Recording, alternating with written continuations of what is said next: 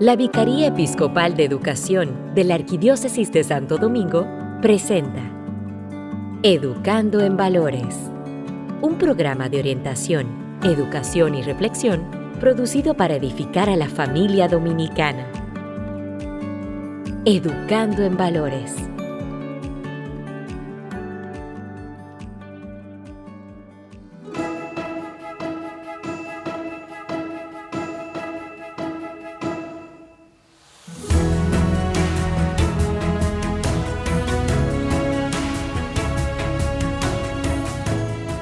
Muy buenas noches, queridísimos oyentes de este espacio, Educando en Valores, un programa que llega a ustedes gracias a la Vicaría Episcopal de Educación de la Arquidiócesis de Santo Domingo.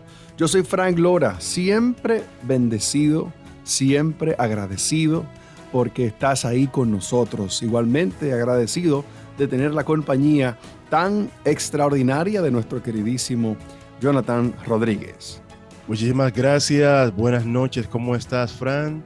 Siempre un placer compartir contigo cada semana en este espacio tan especial que es Educando en Valores. Es un placer de verdad para mí compartir contigo y compartir hoy la información que vamos a estar llevando a cabo. Hoy estaremos hablando sobre la leyenda de la Virgen de la Altagracia, hoy ya conocida como historia oral. Estaremos desglosando estos conceptos a lo largo del programa con un invitado sumamente especial, así que mantente con nosotros que pues nos vestimos de nuestra madre, la Virgen María, en este viernes maravilloso 10 de junio. Así que bueno, y todo esto claro en el marco de los 100 años de la coronación canónica de Nuestra Señora de la Altagracia. Vamos de inmediato a ponernos en las manos del Señor. Educando en Valores. En el nombre del Padre, del Hijo, del Espíritu Santo. Amén. Querido Padre, hoy estamos en esta noche pidiéndote que nos bendigas, pidiéndote tu gracia. Te damos gracias también por tu Madre María. Ella, bajo la advocación de la Alta Gracia, que cada día nos protege, cada semana nos envuelve en su manto, nos cuida, nos ayuda, nos libera del pecado, de la angustia, del egoísmo, de todas esas cosas que nos hacen esclavos. María nos libera, nos lleva a ti, Señor. Te queremos dar gracias por esta semana laboral. Te queremos dar gracias porque cada día hemos sentido, aún sea con el sonido de las aves o el roce del viento, tu presencia, la presencia de tu Madre. Te pedimos que sigas con nosotros, te pedimos que nos ayudes a ser hijos e hijas que puedan rezar, que puedan hablar contigo. A ti te lo pedimos, que vives y reinas por los siglos de los siglos. Amén. Amén. En el nombre del Padre, del Hijo y del Espíritu Santo. Amén. Amén. Estás escuchando Educando en Valores. Y ahora de inmediato vamos con las noticias.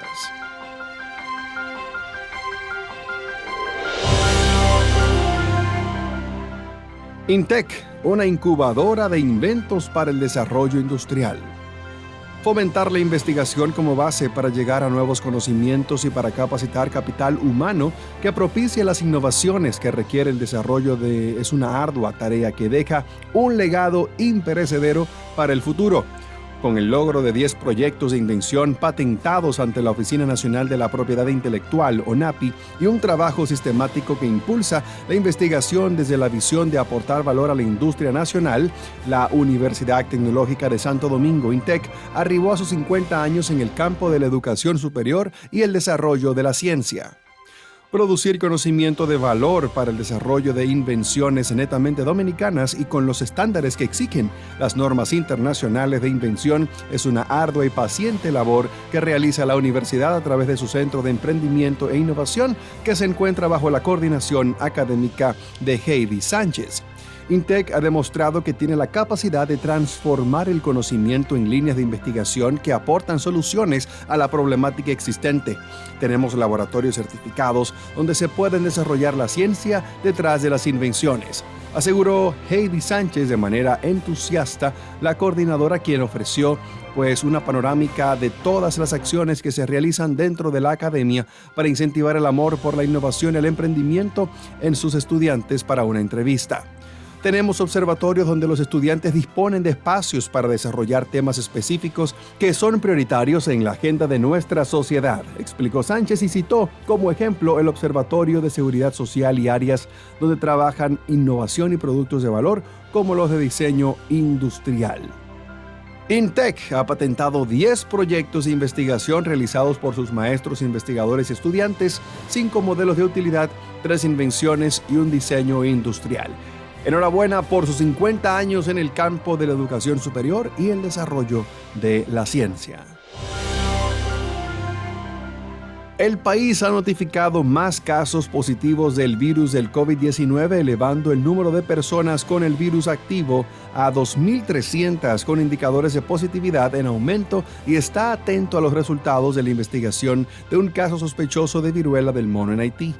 Al señalar que existe un aumento en el número de casos y en la positividad del virus, pero que no supera lo ocurrido en periodos anteriores, el director de epidemiología del Ministerio de Salud Pública, Ronald Schewes, entiende que es importante que la población recuerde que República Dominicana aún se mantiene en estado epidémico frente al COVID.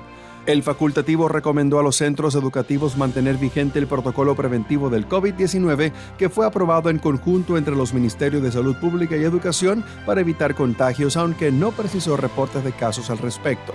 También pidió a la población autocuidarse, usar mascarillas en lugares cerrados, lavarse las manos y vacunarse. Dijo que el país está preparado para atender la demanda de la población y que se están habilitando más puestos de tomas de muestras y realizando búsqueda activa de casos. Más noticias en otro ámbito. El director de la Policía Escolar, coronel Eddie Michael Madé Montilla, afirmó ayer que son más las escuelas y liceos en existencia que el personal con el que cuentan para laborar dentro de los centros educativos. Sin embargo, el oficial dijo que en las próximas semanas captarán más personal para ingresarlo a sus filas. Explicó que la institución que dirige tiene un total de 2.251 agentes activos en planteles y detalló que los requerimientos para ingresar a la Policía Escolar son ser miembro de la Armada o la Policía Nacional, luego someterse a un proceso de evaluación psicológica antes de ingresar. Si califica esos exámenes, entonces pasan al centro de capacitación de la Policía Escolar para recibir las instrucciones. Dijo además que los honorarios que devengan estos militares dependen del rango y el incentivo que emite el Ministerio de Educación.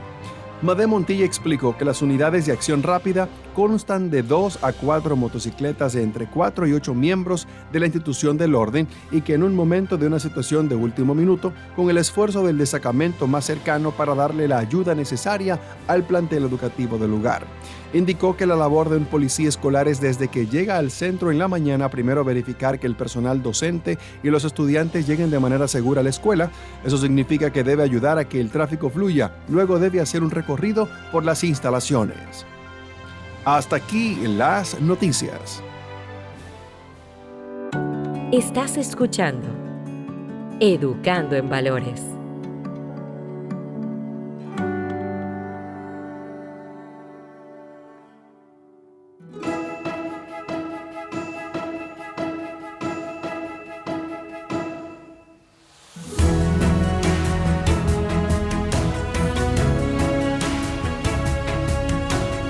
Gracias por acompañarnos en este espacio, en este programa que cada viernes nos trae una magnífica información. Cada viernes traemos una información que edifica tu vida, también a la familia. Hoy, este día, ya hemos dicho, vamos a conversar con un gran experto y con una de las personas que está trabajando en la Comisión Nacional de la celebración de los 100 años de la coronación canónica de la Virgen de la Alta Gracia.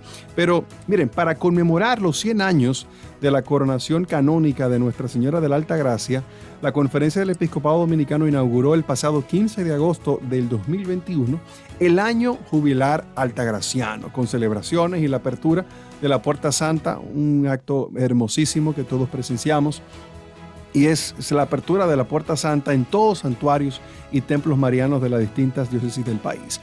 Este año jubilar concluirá el próximo 15 de agosto del presente año en una celebración multitudinaria que usted no se puede perder, que será en el Estadio Olímpico Félix Sánchez. Hoy queremos iniciar una especie de serie dedicada a este acontecimiento, donde hoy queremos trabajar en la desmitificación de la leyenda de la Virgen de la Alta Gracia. Hoy vamos a escuchar, porque ella no es leyenda, sino una historia oral, con el señor Alcides Díaz Batista, que es secretario ejecutivo de la comisión que ya he mencionado. También se desempeña como periodista, lo tuvimos la semana pasada. También es investigador histórico, escritor, y se ha dedicado en algunas ocasiones a la política. Hoy está de lleno al servicio de la Virgen de la Alta Gracia, la Virgen María. Alcides, nuevamente, bienvenido. Bienvenido a todos los oyentes, y gracias por pedirme que esté con ustedes ahí, Fran y Jonathan.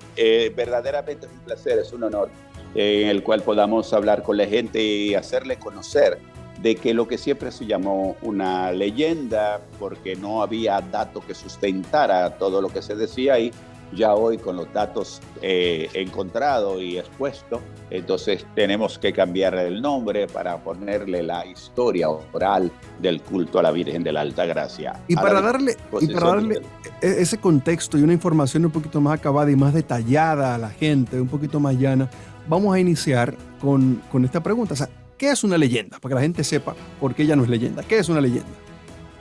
Bien, hay dos formas de escribir la historia. La historia se escribe en principio, número uno, con los datos que se investigan y se logran recopilar, y se cuenta o se exponen esos datos para hablar de historia. Eso es, pero existe también lo que es la historia oral, donde mucha gente te dice lo mismo, y entonces eso va cobrando entonces lo que es el aspecto de historia oral, porque mucha gente te están diciendo la misma cosa. La otra parte de la leyenda es aquello que se escribe, puede ser también, inclusive muchos lo llaman novela, que también en la parte de los escritores, aunque hay que envuelta una historia, pero se inventan personajes y datos para darle brillo, matiz a lo que se quiere escribir, pero al faltarle los datos que determinan que eso es real, entonces adquiere el tema de la historia. Y eso es de la leyenda. Ahí es donde se usó, por ejemplo, en el tema de la Virgen de la Alta Gracia y la familia de Trejo y la niña y de la imagen que inició en tal o cual lugar. Entonces, y eso se convirtió en una leyenda porque no existían los datos. Okay.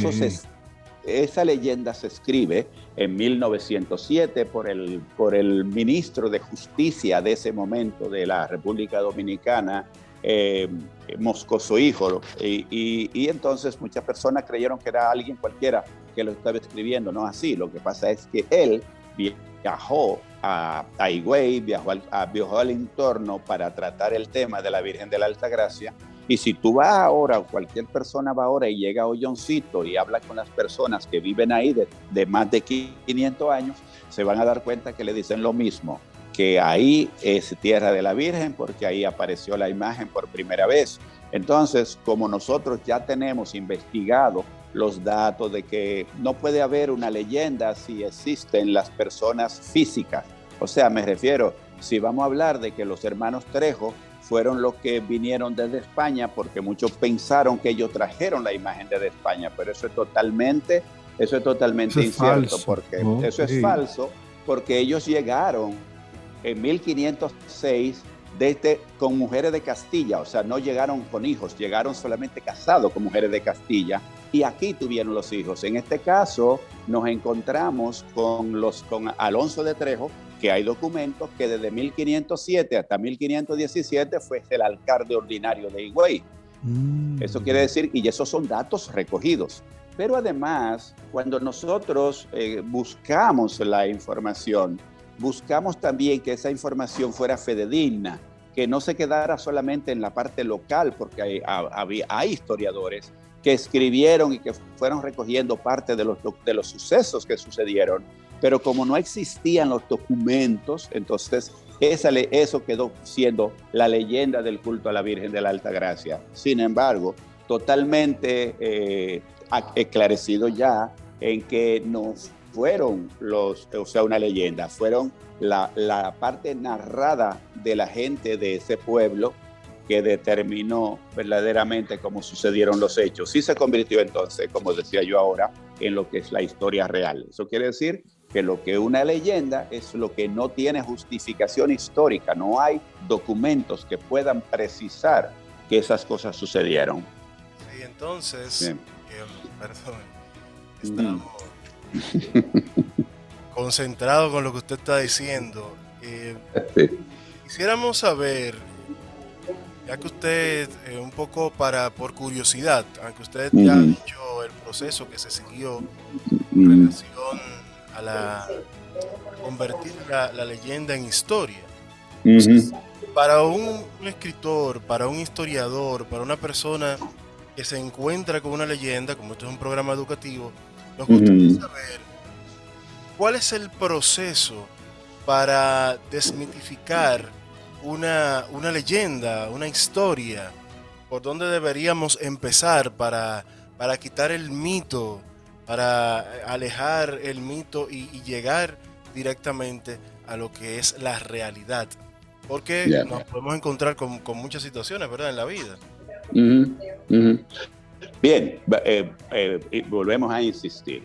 Por ejemplo, en el caso nuestro, como en el caso de cualquier historiador que determina lo real de la ficción, y precisamente debí decir que la leyenda entra dentro del tema de la ficción, de que una persona se inventa un tema y escribe sobre ese tema y bueno, lo pone ahí, termina siendo una novela, pero que es ficción, no una cosa que sucedieron. Para los investigadores, todo es importante para poder hilar la forma de demostrar que es una historia oral. Por ejemplo, el santuario de la Virgen de la Altagracia en Higüey está exactamente en el mismo lugar del camino que había en 1500 para llegar desde el Ceibo, porque Higüey era apenas un paraje del Ceibo en ese momento, y que verdaderamente el pueblo era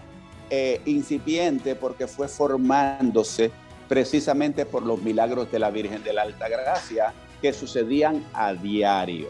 Entonces, gente de diferentes partes del país que llegaban hasta Higüey buscando sanación, buscando resolver el problema, pagando promesa y todo eso, formaron el pueblo de Higüey, donde hoy está, porque la historia recuerda que estaba 6 leguas del lugar. O sea, estaba en San Rafael del Yuma. Y desde ahí, porque se pensaba que esa iba a ser la capital de la isla a la llegada de los españoles.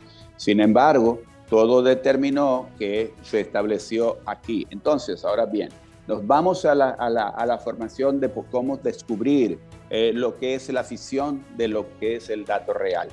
El camino está exactamente en el santuario, y del santuario la iglesia se nutría del famoso naranjo, porque sobre el naranjo la niña, que se llamaba Niña de Trejo, o sea que no era que le decían la niña por chiquita, ya tenía 14 años, niña, le pidió al padre cuando le enseñó a la Virgen, y ella dijo, sí, esa es la Virgen de mi sueño, esa era con la que yo soñaba, y le pide al papá que la suba sobre el naranjo para que la gente la pueda ver. Entonces, y eso está exactamente en el mismo camino, porque ella vio al papá que venía y salió en su búsqueda para llegar allá, y pusieron entonces la Virgen sobre el naranjo. Por eso la iglesia habla enfáticamente, cuando habla de la Virgen de la Altagracia, sobre el naranjo. Pero no puede haber naranjo si no hay en Hoyoncito, porque sí, el naranjo fue para que pusieran las imágenes. Entonces, Hoyoncito es otro lugar de Atomayor que está y pertenece a la diócesis de San Pedro de Macorís, donde se dio en la boca de los dos ríos que había un lugar de descanso, porque para ir a Higüey, desde la capital a Higüey o Higüey a la capital, había que ir 3 días de camino. Entonces, en el segundo día de camino, pues, pararon en la posada, y mientras Antonio de Trejo pues se encontraba bastante triste por no haber encontrado lo que su hija le pedía, entonces ahí es donde un señor que nadie conocía, que no se sabe cómo entró ahí donde estaban ellos, y que se había apostado en la esquina del ranchón donde estaban en una fogata haciendo cuento histórico y lo que sea, y entonces ahí fue donde se le entregó la imagen que fue llevada a Higüey. Ahora bien, esta información surge de muchos temas aquí en la República Dominicana, de historiadores que fueron recogiendo y escribiendo. O sea, escribiendo pero sin datos. Nosotros que no quisimos quedarnos con los datos locales, y entonces escribimos a través con el doctor Roberto Casá, con el don Miguel Arévalo, que llegamos hasta Luis Arrán Márquez, un historiador español, director del Museo de India de España, y ya con suficiente capacidad. Y él escribió un libro, y en ese libro él dice que los hermanos Trejo vinieron aquí en final de 1505, 1506. Eso quiere decir que nosotros pedimos que ellos nos pasaran esa información para que pudiéramos fortalecer la información que habíamos encontrado con documentos y no se quedaran, porque nosotros somos tan chulos aquí con la Virgen de la Altagracia que somos hasta capaces de hacer historia, cuentos, para decir. Y que se convierte que entonces en historia, leyenda.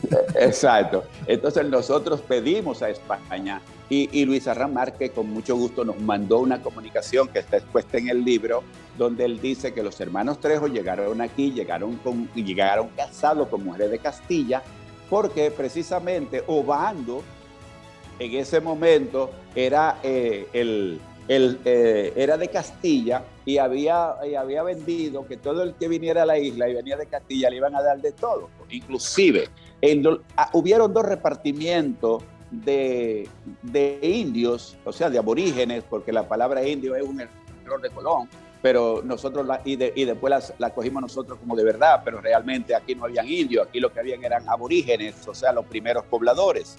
Por tanto, cuando el Obando, que construyó prácticamente todas las ciudades del Nuevo Mundo, él pidió que todo el que viniera, que era de Castilla, le iban a dar. Y en los 2 repartimientos, uno de 1510 y el de Alburquerque en 1514, los hermanos Trejo recibieron aborígenes.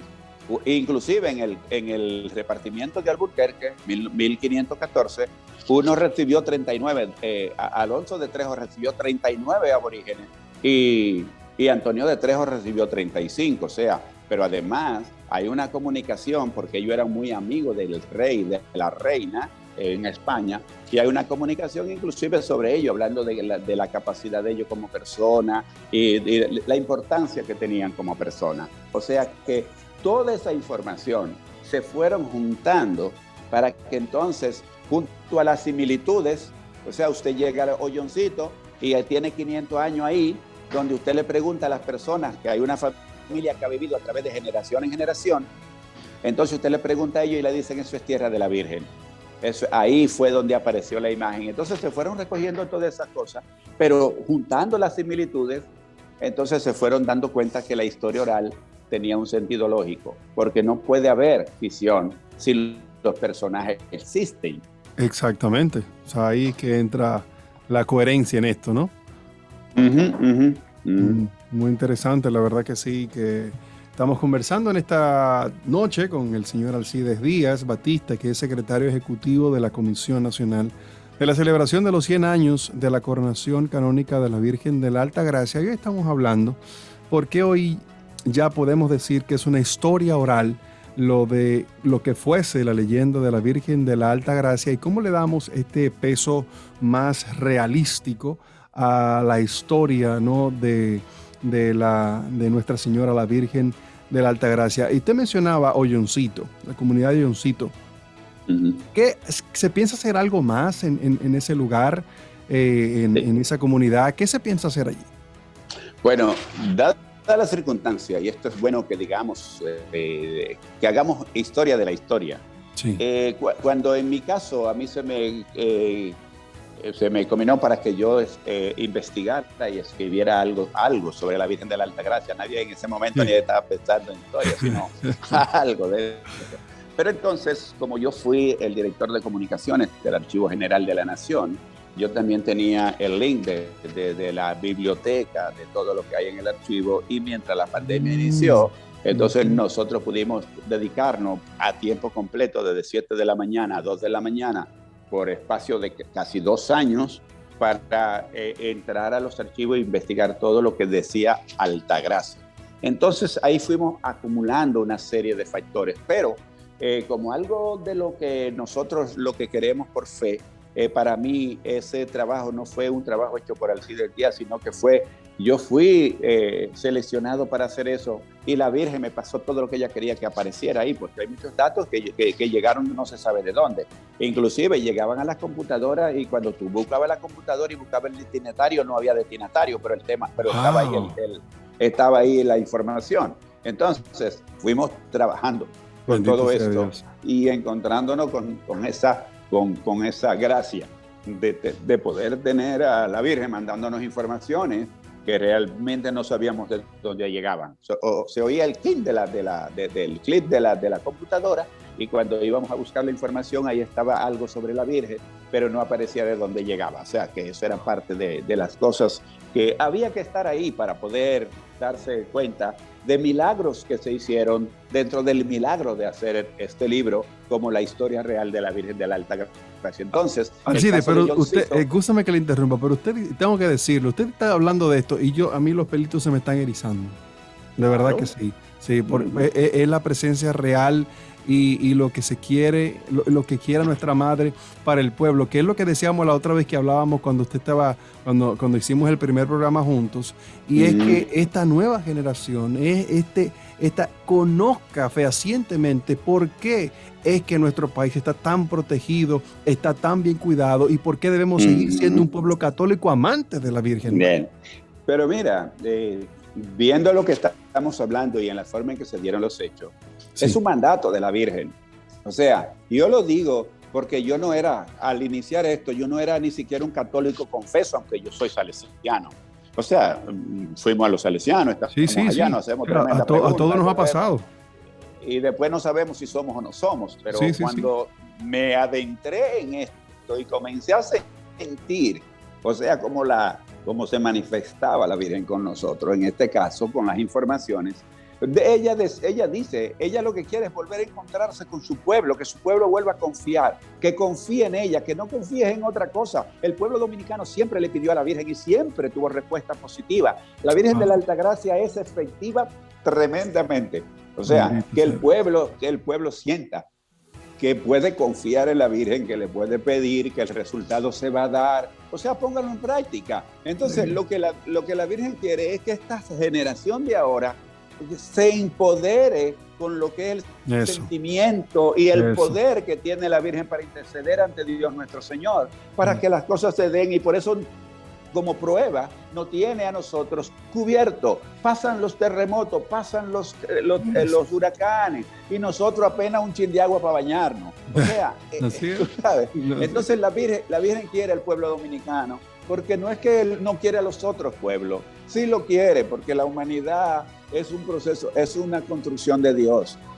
Pero la Virgen quiere porque los dominicanos saben rezar con fe, tienen fe, creen por fe. No son Santo Tomás los dominicanos. Los dominicanos creen sin haber visto, pero ellos a todos los días reciben, o sea, la gracia de tener bajo la protección al pueblo dominicano de nuestra Virgen de la Altagracia. Entonces, terminando el corte que me hiciste con Hoyoncito, nosotros estábamos investigando por todas partes y parecía inclusive que Hoyoncito se quedaba fuera del culto, y hubiese sido garrafal el error si se quedaba, porque eso es lo que justifica verdaderamente la historia del culto a la Virgen de la Altagracia, porque en ninguna parte del mundo, ningún culto a ninguna virgen ni a ninguna parte está concedido a ninguna persona para que lo escribiera que el día a día de eso era simplemente manifestado a personas y casi siempre a personas simples, sencillas, como en el caso del indio Juan en México, como en Lourdes, como en Fátima. O sea, fueron a personas que no eran ni letrados ni nada, eran muchachos, eran gente sencilla del pueblo. Entonces aquí también lo mismo, aquí fueron precisamente a una niña que se soñaba. Entonces esa nota estaba en manos de Monseñor, del arzobispo de Santo Domingo, Monseñor Francisco Soria, en el cual le dijo a Monseñor Dolores Estrella y a mí, de que Olloncito estaba ahí, que era el lugar donde verdaderamente apareció la imagen de la Virgen. Y eso inmediatamente pues explotó la neurona del investigador y arranqué para allá buscando todas las informaciones. Sí. Y así pudimos lograr entre las similitudes y los datos históricos de que verdaderamente el culto había nacido en Olloncito, y entonces ahí se va a hacer un templo, el Templo Mariano de la Alta Gracia, que yo le agrego el de las Américas, porque ahí en ese lugar van a estar las 23 patronas de América, además de todas las advocaciones de la Virgen María en Olloncito, como un lugar pequeño, excelso para la madre, pero que sirva de interés a que cuando vienen personas de toda parte del mundo o de toda parte de América, tengan un nicho donde ir a ver lo que va a estar ahí en Olloncito, y eso va a terminar, como siempre en Higüey, porque no va a haber recorrido, o sea, peregrino de la Altagracia si no se termina en Higüey, donde está la madre en su basílica. Entonces, eso va a ser un punto tanto que va a ayudar a Cristo de los Milagros, que es un monstruo de construcción y para sostenerlo es grandioso, pero es un evento de un solo día al año, entonces que se convierte en un evento de todos los días y así mismo llegando a Higüey todos los días. Entonces en Olloncito se va a construir ese templo y que espera que el pueblo participe y aporte sobre eso, sobre la posibilidad de que podamos darle a la Madre de la Altagracia su templo en Olloncito, como en el 1922 se le dio en la zona colonial con el santuario de la Altagracia. Bueno, estamos hablando de que esta zona este del país ha estado muy bendecida por muchas cuestiones de tipo religiosa, apariciones de la Virgen, Jesucristo, etcétera, etcétera. Que tenemos ahí ya varios santuarios. Así es. Santuarios en esa zona es muy, muy particular, ¿no?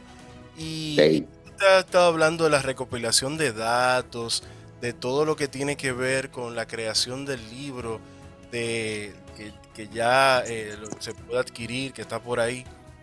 En ese proceso de redacción del libro, ¿solamente usted estuvo trabajando? ¿Cuántas personas intervinieron? Y le voy a hacer una pregunta bastante capicúa, porque muchas veces está haciendo un levantamiento, salen muchos asuntos que a lo mejor algunas personas no están de acuerdo o no quieren que eso salga porque simplemente afecta o creen que va a afectar. Lo mismo que estamos hablando, dice ahora que si aparece ahora Olloncito, no le va a afectar a Cristo de los Milagros, no le va a afectar al Santo Cristo. Al contrario, lo va a fortalecer. Exactamente. En ese proceso, ¿hubo alguna resistencia, algún problema en la iglesia, fuera de la iglesia, que no se quisiera que se develara alguna... estaba en el mito que la realidad era completamente... No, yo te digo y les digo al público que nos escucha que primero pónganle mucha atención a esto. La Virgen de la Altagracia quería su historia y pudo escoger a otros historiadores de mayor fuste que yo, que soy un imberbe, hablando en términos de otros grandes historiadores. Escogió una simpleza. Yo verdaderamente no sentía que tenía la capacidad para escribir ese libro y buscamos la información. Pero mire, la Virgen de la Altagracia se encargó de tener los elementos necesarios para que su historia se viera y se hiciera realidad. Al mismo tiempo que buscamos las informaciones, llegó al país en esos meses Monseñor Versosa, un ser humano con las luces, con todas las luces que hay en el país que alumbran toda la casa. Él tiene un chisma de eso. Un hombre de grandes luces. Wow. Un hombre increíble, un hombre con un verbo que hipnotiza a la gente mientras se expresa y le encuentra inmediatamente similitud. Y él leyó toda la información porque se la pusimos en la mano, ¿no? También estaba la doctora hermana Ángela Cabrera, teóloga también, que le pasamos esa información a ellos, a la responsabilidad de ellos, porque no estaba en mi conocimiento, la parte teológica y ese tipo de cosas como debía ser, y entonces ellos cogieron la información y la validaron. Una de las informaciones más importantes que tiene el libro es que Monseñor Versosa, acabando de llegar de España, que podía haber hecho algunos argumentos sugestivos, porque, bueno, todo viene de España, ¿verdad? Porque de que ellos nos descubrieron, ¿no? Lo que yo digo fue que acabaron con lo que había, pero bueno, vamos a dejarlo así. Entonces, él vino libre, la Virgen, yo digo que la Virgen de la Altagracia lo mandó a él para que él fuera también protagonista de esta obra. Entonces, él, que además de ser una voz tan sencilla, tan simple, pero tan excelsa para entender, usó todo su conocimiento que él tiene como obispo, como sacerdote, y también la hermana Ángela también. Entonces esa parte se la dejamos a ellos. Y ellos del libro, que es Niña de Trejo y el origen del culto a la Virgen de la Altagracia, que todavía no sale, que es el libro verdaderamente el que escribe Alcides Díaz, el historiador, se extrajo toda la información y se pasó el libro. Entonces, como la Iglesia Católica no tenía historia ni oral ni datos del culto a la Virgen de la Altagracia, al encontrarse esos datos, entonces la conferencia del episcopado dijo: esto es de nosotros, somos nosotros los que lo vamos a tomar. Así que usaron todas las investigaciones mías, a la cual yo creo que es un honor para mí el que los obispos dominicanos hayan tomado las investigaciones nuestras para fijar el culto real de la Virgen de la Altagracia. Esto históricamente no sabemos cómo valorarlo, y yo me siento orgulloso de eso. Así que esa parte, toda esa importancia de eso, estuvieron envueltos también Monseñor, el presidente de la comisión, Monseñor Dolores Grullón. Él leía todo, él veía todo. Y todavía el libro, después de haberle un paquete de gente, de sopesarlo, de limpiarlo, de cosas, todavía se encuentra con alguna, no es falta ortográfica, pero se encuentra con algo que hay que cambiarlo. Y eso lo han visto como 30 gente, qué sé yo. Pero la Virgen de la Altagracia, lo importante de eso es que ella buscó a un español, no cogió a un dominicano que podía decir lo que le daba la gana, o en nombre de la Virgen no hacernos quedar mal, sino que vino desde allá, una persona sin arraigo altagraciano, y se convirtió en la fuente histórica para poner todo lo que hay en ese libro bajo la investigación que nosotros hicimos. Bueno, eso realmente puede ser, eso que usted dice debió haber sido algo también positivo, porque como usted no tenía básicamente ningún tipo de apego en la historia, no tenía todos esos mitos montados, pues eso también tal vez ayudó a facilitar ciertas cosas. Definitivamente, porque la palabra de él es la palabra de un obispo, o sea, es del peso. Y Monseñor Versosa hoy, siendo un obispo traído para acá, tal vez sin funciones especiales dentro de lo que es el clero católico dominicano, él tiene en todos los obispos y prácticamente en todos los que nos conocemos el mayor respeto sobre él para hablar, para decir cosas. Entonces, todo eso se organizó, y eso fue al hacerlo la conferencia del episcopado, tomar, o sea, la leyenda, y ellos saben que no hablan de leyenda, y ellos saben que hablan de historia, y ellos saben que tienen los datos, que pueden ir a buscar los datos y dónde están los datos, porque aunque este libro lanzado ahora por el episcopado dominicano es un resumen de lo que yo escribo, pero próximamente va a salir el libro del mío, en donde van a estar todos los documentos explícitos ahí, y tiene casi como 600 páginas aquel libro, o sea, y fotografías y todo ese tipo de cosas, incluyendo un artículo que es sobre todas las advocaciones de la Virgen María, Porque el otro día me decía una, ¿cómo se llama? Yo soy devota de las Mercedes. Y otro dijo, y yo soy de la Alta Gracia. Y yo dije, y todas somos de lo mismo, porque somos de María. Y entonces el pueblo dominicano, que por alguna razón el pueblo católico no tiene esa adicción a la lectura y puede conocer verdaderamente la iglesia en términos históricos, no tiene mucho para defenderse cuando hay otros que han estado todo el tiempo con una Biblia en la mano y vienen a cantarle a uno una historia rara y uno no tiene dónde decirle que no es así.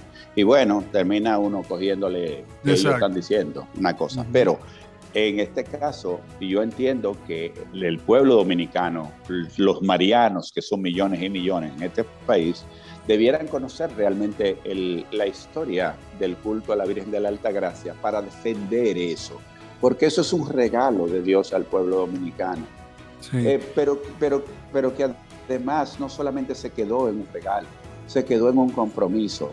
Nosotros estamos teniendo muchos tiempos malos, en donde ayer un hombre mata a una pareja y después o se suicida, o sea, nosotros, las cosas que estamos viendo en este país, debemos analizarlas, porque es que nosotros nos comprometimos con Dios para cuidar la familia y no lo estamos haciendo.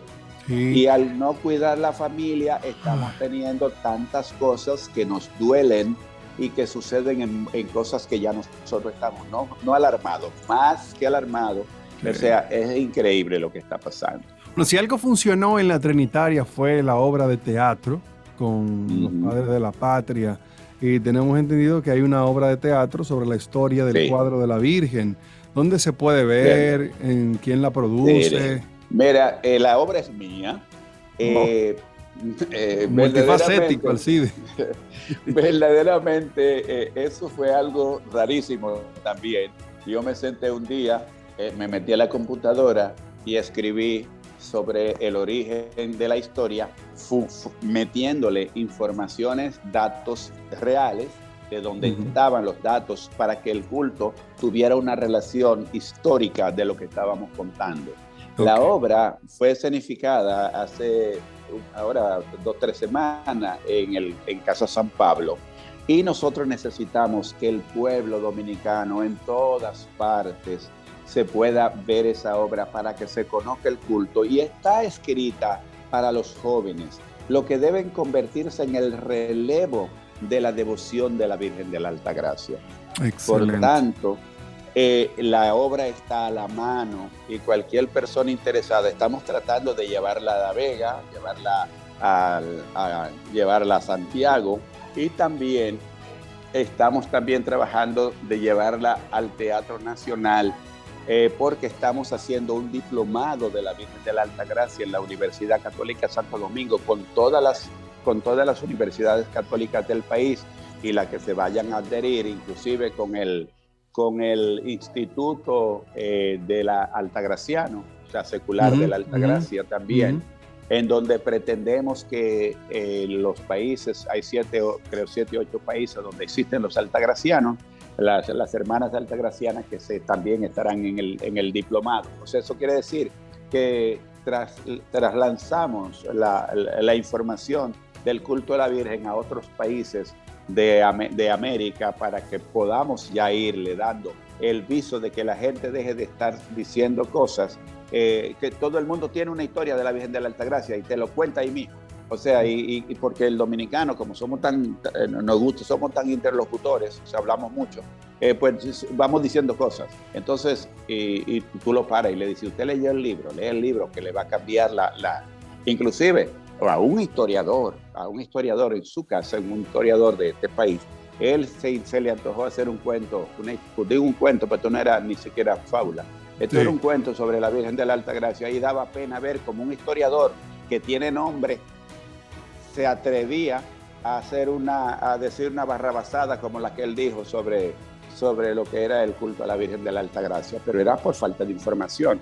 Entonces esa obra está hecha para jovencitos, para jóvenes, y yo como autor de la obra no he cobrado un peso ni he buscado nada por eso. Eso es para promover el culto a la Virgen. Eso está hecho para la Virgen. Así que nosotros vamos y se cubren los gastos de transporte y todo ese tipo de cosas, y ya con eso resolvemos, porque lo importante es que la gente conozca del culto y los jóvenes, porque ya nosotros estamos, tú vas a una iglesia ahora, y eso es un tema, tú vas a una iglesia y tú miras a la gente que están ahí, el 60%, 70% son gente que pasan de los 60 a 70 años, y también leyendo la palabra. Hay una serie, una cantidad de viejas. Pongan a un muchachito a leer eso para que se compenetren y se formen con la devoción. O sea, soltemos ya y démosle el culto, démosle nuestra iglesia a los jóvenes para que sean ellos quienes sean el futuro de lo que es, porque hay muchas iglesias en este país, pero hay una sola iglesia en el mundo que cree por fe, que es la Iglesia Católica. Todos los otros se basan en una Biblia, en lo que dice la Biblia, y en lo que dice lo que pasó hace 2000 y pico de años para allá, 3000, 4000 años. Nosotros somos por fe, nosotros creemos las cosas que nos pasan, inmediatamente se las ponemos a la disposición de Dios. Dios sabe cuándo hacer las cosas, Dios tiene el derecho, o sea, nosotros somos fervorosos de Dios. Sí, amén. Y eso es lo que queremos transmitir. Yo que tengo 2 niños nacientes hace poco, o sea, apenas tienen 2 años, el más grande, 1 año la chiquita. Mi deseo profundo es que estos niños puedan entender, puedan llevar a su corazón, a su mente, esto tan hermoso de lo que es la Virgen de la Altagracia y la historia que guarda nuestro país a través de ella y todo lo que ella pues hace por nosotros. Ese es mi profundo deseo y eso es lo que nosotros queremos, más que uno darle tanto paso, porque también, y esto es un mensaje a las personas que nos escuchan, miren qué pasa ahora con todas estas informaciones que llegan a través de los medios sociales tan rápido, de las muertes, de los asesinatos, y la gente le da cabida rápido a eso, y de una vez lo propaga, lo comenta, lo comparte, y se arma todo un escándalo por yo mismo. Entonces eso mismo también tú tienes que hacer con estas informaciones que llegan a la mano, esto que estamos nosotros pues hablando de este libro maravilloso, que por cierto, ¿dónde se puede adquirir el libro?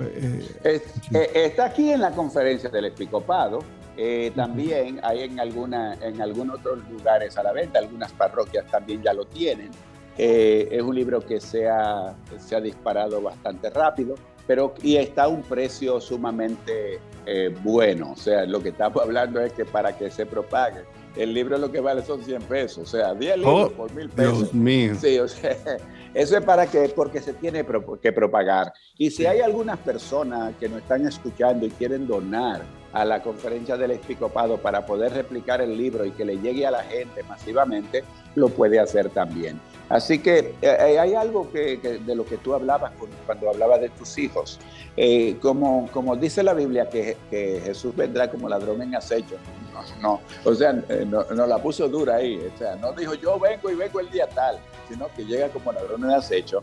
El día de la obra sucedió un caso bonito.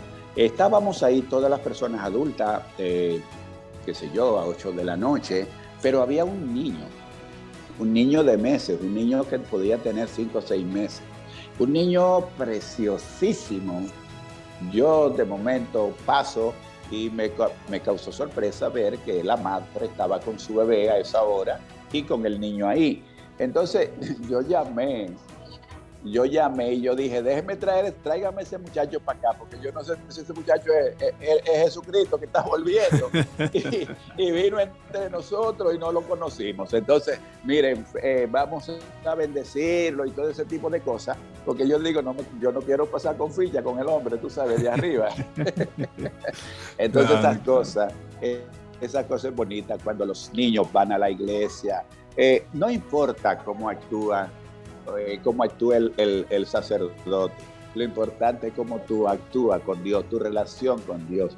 A mí no me importa cómo sean los demás, a mí me importa cómo yo tengo mi relación con Dios y cómo yo la vivo, porque Él me dice a mí que tengo que hacer bueno o malo, y si yo hago las cosas que están contrarias a lo que Él dice, pues yo sé que voy a tener un pago por eso. Como la cárcel existe para los criminales, así también existe la cárcel del cielo para aquel que no cumple la palabra. Nosotros no somos perfectos, cometemos todos los días, cometemos falta con Dios, no le damos ni la mitad de lo que Él se merece, pero si tratamos de ser lo mejor posible, de ayudar al prójimo, de amar a la gente, de ser más amigos, de ser más familiar, de ser todas esas cosas, vamos a hacer una diferencia. Exactamente. Bueno, pues gracias, Alcides, por estas palabras que nos has dado ya para concluir en este programa de esta semana. A los amigos y amigas que nos escuchan, la semana que viene vamos a volver a tener otra vez Alcides, pero hablando ya de lo que es la historia de los 100 años, seguir profundizando más sobre esto que tanto nos interesa y que, bueno, como hemos visto, hay mucha tela por donde cortar, hay mucho de qué comentar, así que Alcides, muchas gracias por volver a estar aquí en este espacio con nosotros, a acudir al llamado, y a ustedes también, a todos los que nos oyen, pues muchísimas gracias y ya será hasta la próxima semana. Buenas noches. Muchas bendiciones, será hasta una próxima. Gracias, Alcides. Gracias bye, bye. a ustedes, gracias a ustedes. Adiós, adiós. La Vicaría Episcopal de Educación de la Arquidiócesis de Santo Domingo presentó Educando en Valores.